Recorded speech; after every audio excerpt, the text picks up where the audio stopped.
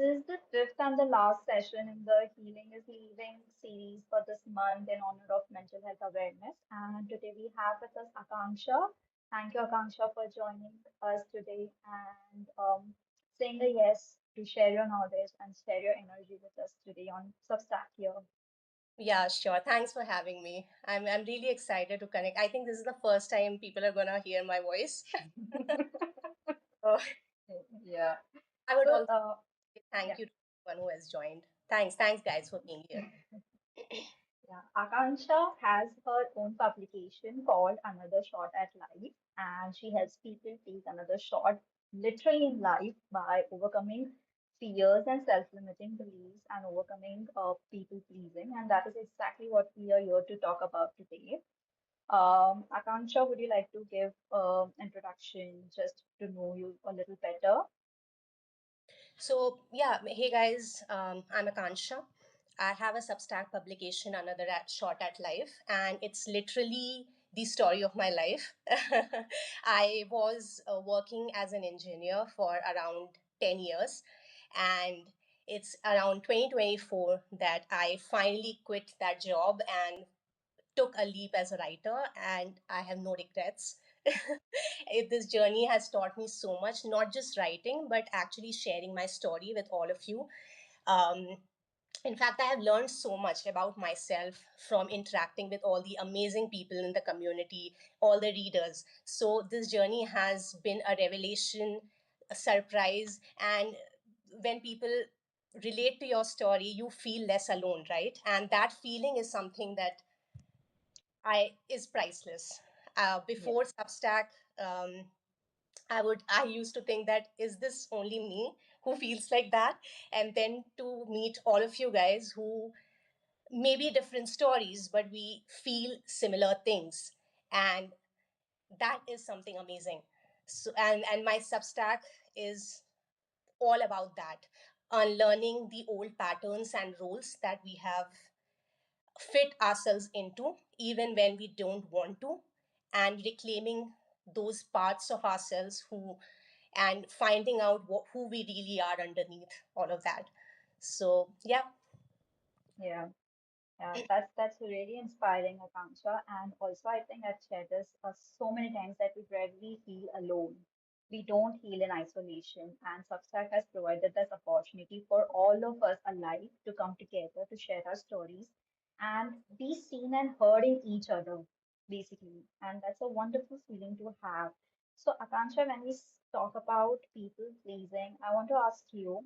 um why, from a human conditioning point of view, why do we prioritize someone else's need before ours? Why does it even happen at the first place? Yeah. So, before I answer that, I would like to say that this tendency to prioritize other people's need over your own is not something that you are born with. It's Hmm. not just the way you are, right? It is a learned response. It's something that you have conditioned yourself to be, especially because of our early childhood experiences. Hmm. If you grew up in environment where saying no was not even an option, where you were labeled as difficult or unkind or rude for saying no or refusing a request, or in fact when you take up on other people's needs and emotions, when you feel like you are responsible for taking care of your parents or siblings, right, you quickly learn that it's safe to be helpful, to be agreeable. And if you think about it, your nervous system is actually trying to do its job. It is trying to keep you safe from criticism, from punishment, from anger, from silence, right? And that is why this patterns gets that much deeper, because it worked until a certain point of your life. It kept you safe, and you kept repeating on those patterns so much so that it became a part of your personality. By the time you became an adult, you started believing that this is just who I am, right? And how does it show up in your adult life? You take up all these different roles of being the helper, the fixer, Hmm. the caregiver, right? Not only in your friends circle, your family, your workplace, everywhere.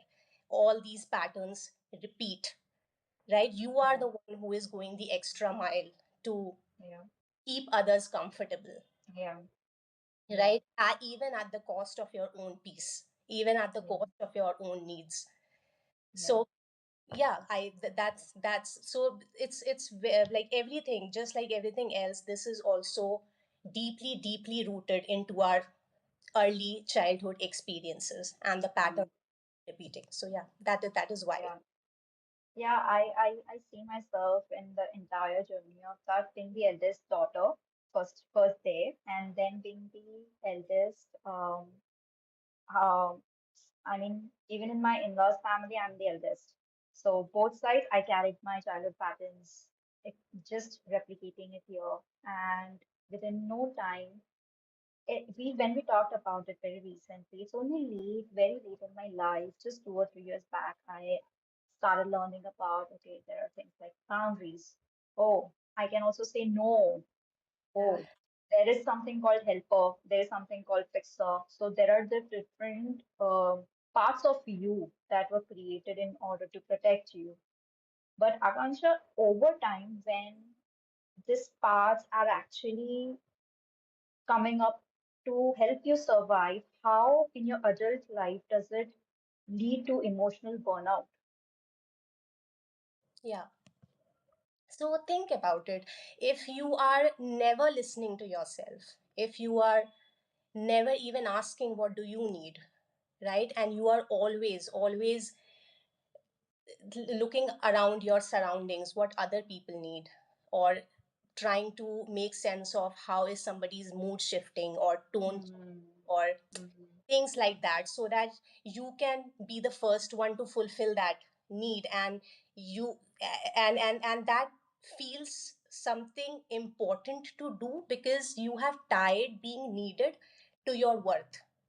mm, Love takes a back seat. In fact, I would go yeah. as far as saying that love become the definition of love becomes that, being needed Mm, instead of mm, seen, being valued, because you don't know what that looks like. Nobody showed you, mm, right? So yeah. it's so when you are always silencing yourself, suppressing your voice, and you are the one taking up everyone else's emergencies, you are always picking up the call, you are Mm, taking the extra responsibilities at work, even at Friday night you are tired and somebody yeah. to do this, you want to say no, you just cannot, you don't know how, right? So no wonder you are draining. This will cause emotional burnout because you are suppressing your needs and emotions and always putting other people first. Mm, And this is the kind of burnout that doesn't go away with getting enough sleep or going on vacations or taking a weekend off. It does not. And even talking about it, I feel so much weight because yeah. we have been through that. We still Yeah. do it sometimes, and these things get complicated the closer the relationship is. Even when you start setting boundaries, it may get easier with your work colleagues, but with your close relationships that really are important to you, it still comes up, that tendency. So even saying about it, I feel that much weight on me. And so yeah, to about that emotional burnout, this all of this, like always putting yourself last, Mm, is the reason. And this is only going to get fixed by and going deeper into yourself, into mm, being honest about yourself. It's not going to go away with getting a vacation or getting a true.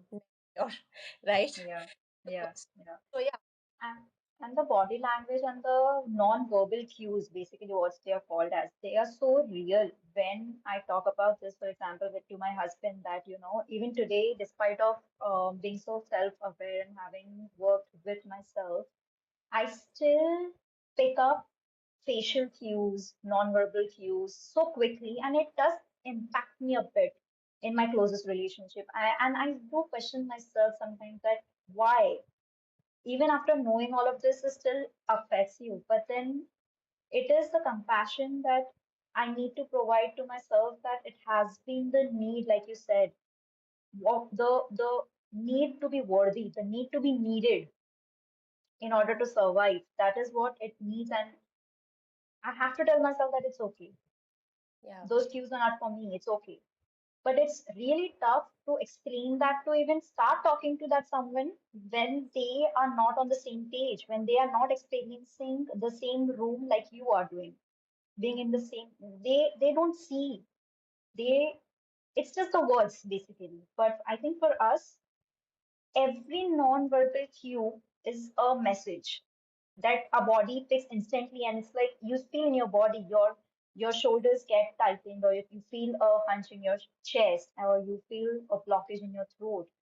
And yeah, I mean, it's Yeah. having, Uh, yeah. to add to that, I would say that it is something that's bound to happen. What I have Mm, noticed is that generally people who have a tendency to please are highly sensitive, mm, are very sensitive, and this is how we are. This is very natural.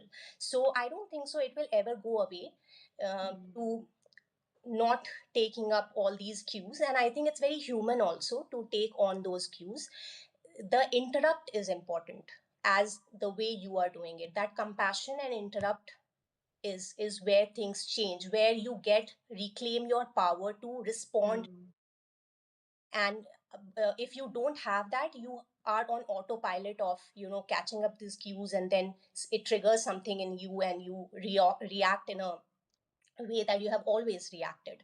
But this mm, interrupt of acknowledging, okay, this is what's happening, but it's not my responsibility, mm. gives you that power to respond differently this time. That's what changes. Yeah. So, in case Akanksha, say you and me are so highly sensitive and aware of the fact that we have been pleasing all our life, and now that we are changing. However, if someone has very newly found that, okay, this is people pleasing, and I might have been pleasing for so long or all my life, what is the first step someone can take from moving from people pleasing to self empowerment? What is the basic step that one needs to even know? That okay, now I have awareness, I know that this is what has been happening, what can I do? Yeah. So one thing that I can tell you from my experience is that when we have always been doing something that does not align with who we are, and we finally become aware, that self awareness is uncomfortable, Mm, right? It brings a lot of things into picture, that okay, this is, and you start remembering all those times when you compromised and how it hurt you. And it brings shame.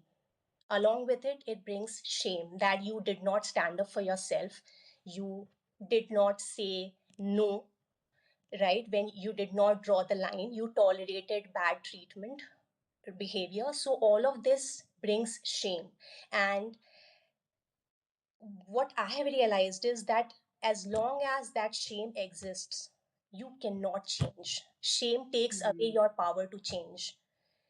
It only fuels criticism, it only fuels mm, negative self talk. So, first step would be to replace that shame with compassion, to know, to be okay and forgive yourself for not knowing what you know now.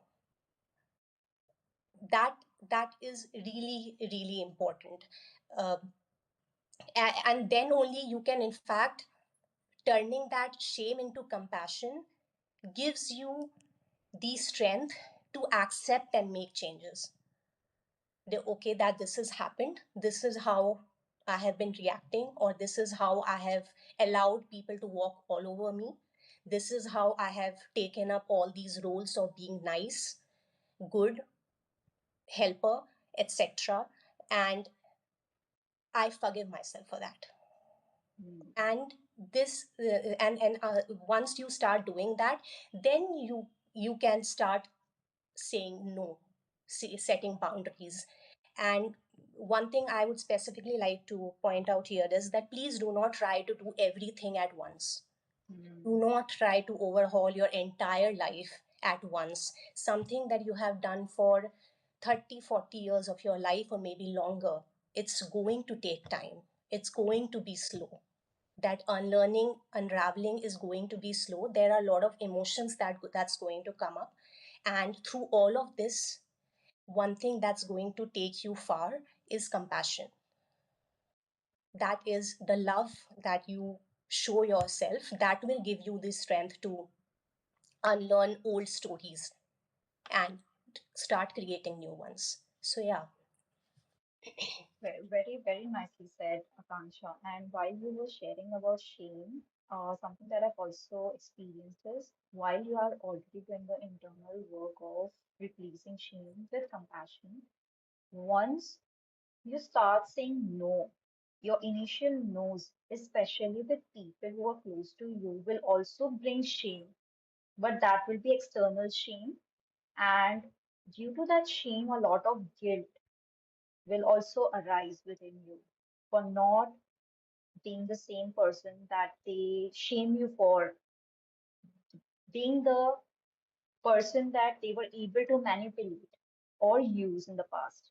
So that's something I personally had to deal with a lot, external shame and internal guilt. That, okay, once I had compassion, once I started saying no, the process of saying no consistently, people need to know that you are not getting down from this. Your boundaries are very strong. Now that you're taking stand for yourself, Yeah, and it will keep coming consistently. absolutely. Absolutely. I think it's very normal to for people to shame you for things they don't, Mm. right? And Yeah. people who punish you for having boundaries are the ones who don't have any, right? And I think so I remember this, that one of my like my brother told me that his girlfriend thinks that boundaries is a rejection. She thinks that he does not care for her, and he claims to love her, but he does not, because he has certain boundaries in place, and that is how Mm. most people are. And the interesting thing is that she does not have any boundaries at all. It's sad. It is Mm. it is so true that it's sad. And everyone around me is like, since I have started setting boundaries, what I have realized is that people who hurt you or criticize you or shame you for not for standing up for yourself or for putting yourself first, unfortunately and sadly, do not stand up for themselves. Mm. They are like, okay, how come she's able to say no, Mm. we are struggling, right? Mm. So that envy, that grief of theirs comes out as anger and Yeah. frustration over you. And this one Yeah. understanding has helped me be kind to them as well, and not take Yeah. like Mm. dissociate myself from their reaction. So Yeah. that's important. At this To that, I would also like to add that people who genuinely care about you will show up. Like when Mm. you start setting boundaries, you start gaining their respect also. That is also Mm. and when you keep doing that repeatedly, they understand that it is not something that is going to get compromised. Mm. So once you start showing respect to yourself, automatically some people who really care about you start showing respect to you. Mm. So so that is why I like to say that boundaries do not make you lose love. It only makes you lose control. Yeah. Yeah. Very, very well put. I think that is something that once very well understood and experienced makes your life better to say no to the people and who genuinely respect and love you will see it as a form of self-care slowly and eventually, but will understand where are you coming from or will try to do that at least. Yeah. Absolutely. And Akanksha, we especially, I would I do know that this happens globally, most of the places, and to most of the individuals. We have a very external lens of success or what it looks like in life for us. But especially, I'm not bringing it down or refining it down, but especially in the culture that we live in, it's a lot more external oriented. How does that impact your own self image and how your own life set up for external validation does not lead you to self fulfillment? Yeah. So I really like that question because it's very close to my heart. Um, like 2023, I was actually right there, between in the middle of this, in the middle of figuring all of this out. My life literally looked perfect on paper. I really worked hard for my engineering, and eventually I had my dream job. I achieved everything that I set out to achieve. Married, home, traveling, parties, right? But I was really numb. I was dead inside. And the whole thing is that all of the people tell you that all of these things should make you feel good.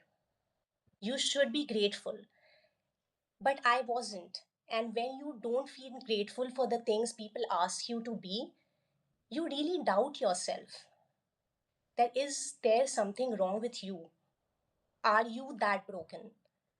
Mm, And all of this originates from one single idea that the moment we take our first breath, we are handed this checklist. This mm, should be. This is who you should, what you should want. This is how you should look, right? And even who you should love for that matter, yeah. right? And Yeah. when we are young, we are easily impressionable.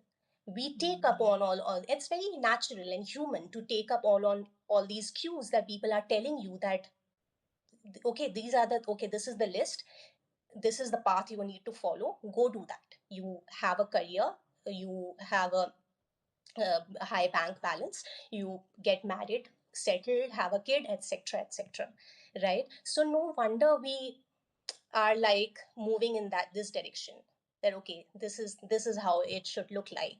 And external validation is something that is biologically rooted in us, right? We are social beings, we want to be liked by mm, those around us, we want to be respected and valued by those around. mm, And as children and eventually as adults, the easiest way to gain that validation and approval is to keep doing the things people expect you to do.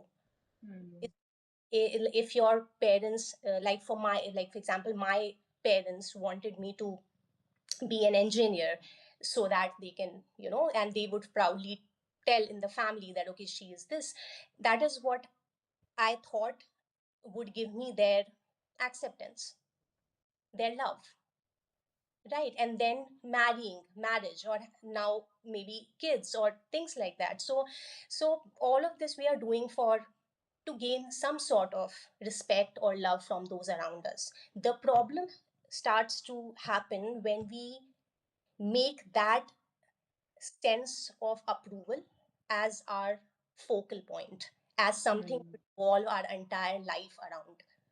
Then it becomes a problem. Then you no longer know what do you want, because you have never really asked yourself. It was, in fact, you never even got any space to ask yourself.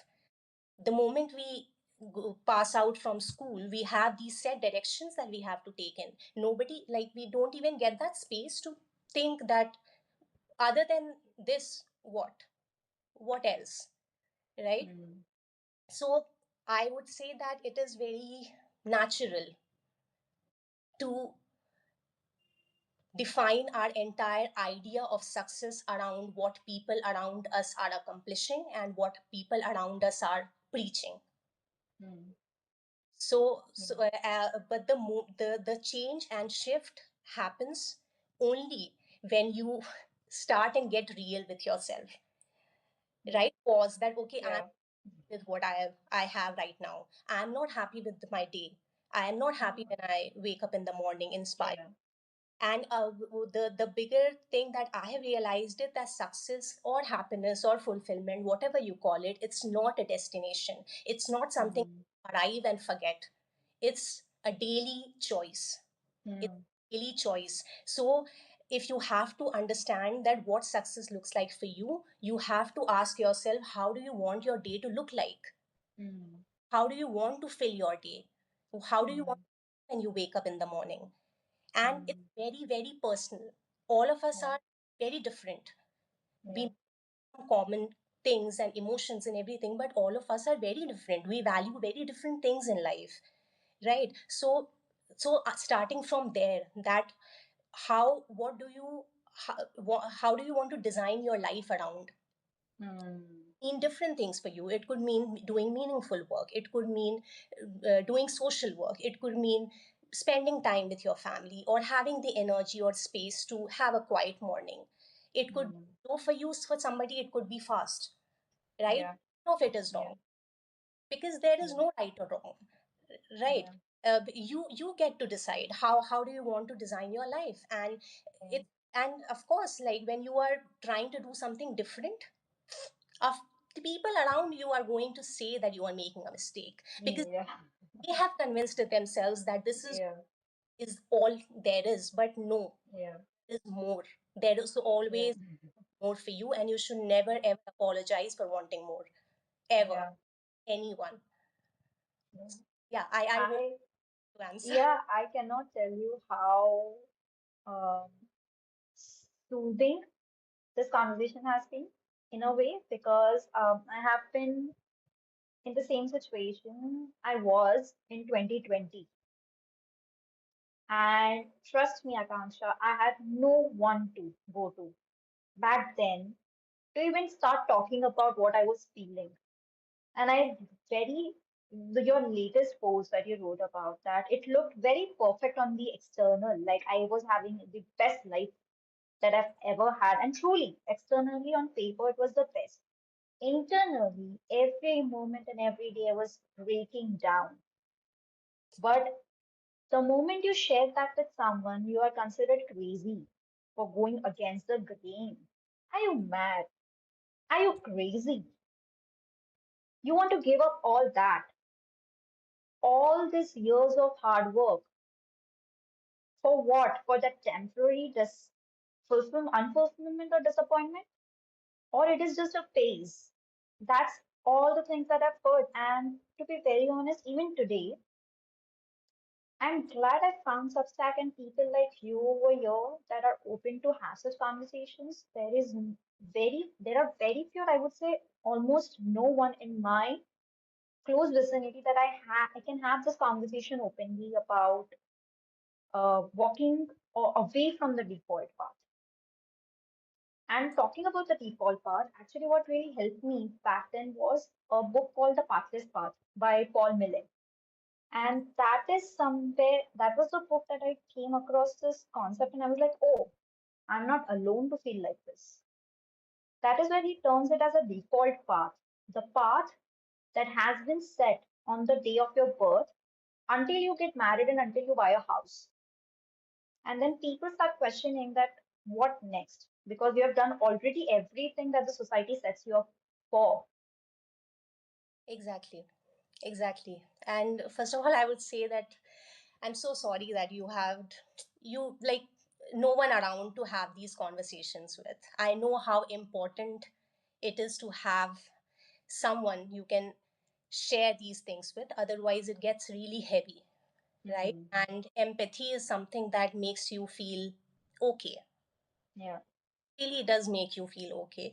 Even yeah. if no one exactly understands what you're going through, because it is very difficult to exactly Hmm. what the other person is feeling. But to have somebody who says that you are allowed to feel what you're Hmm. and Yeah, okay to not know everything, not have all the answers, but you will figure it out. It helps. So yeah, it does. but yeah, like as you said, Substack has been really helpful in that sense for me as well. So I'm glad you are also finding that sense of belonging here, and to be able to have these conversations. And once we have these conversations, we realize how much we need it. Hmm. Very true. We really do, Yeah. right? So yeah, yeah. Yeah. I think it was a lovely conversation, and I'm really glad that we are ending the series with this topic because this was close to home for me, especially having struggling with it for almost 30 years of my life. And now, with this awareness, being able to talk with someone so openly, it really hits different, and also it heals a lot of parts of you, helping you to integrate a lot more than you can realize. Also, I'd like to thank everyone for joining here, and also request if you have any questions, any comments that you have for us, you can put down in the comments so that we can have them here right now. I think Jose has a comment. Uh, Co-working is a great place where to have these conversations as well. Yes, Yeah, co-working spaces are, yes. good one, good one. Yeah. Okay. Thank you, Akanksha. Thank you so much. And I wish you a lovely weekend ahead now. Wish you the same, and thanks for having me. It was really Thank you. Yeah. Thank fun. you. Thank you. Bye. Bye.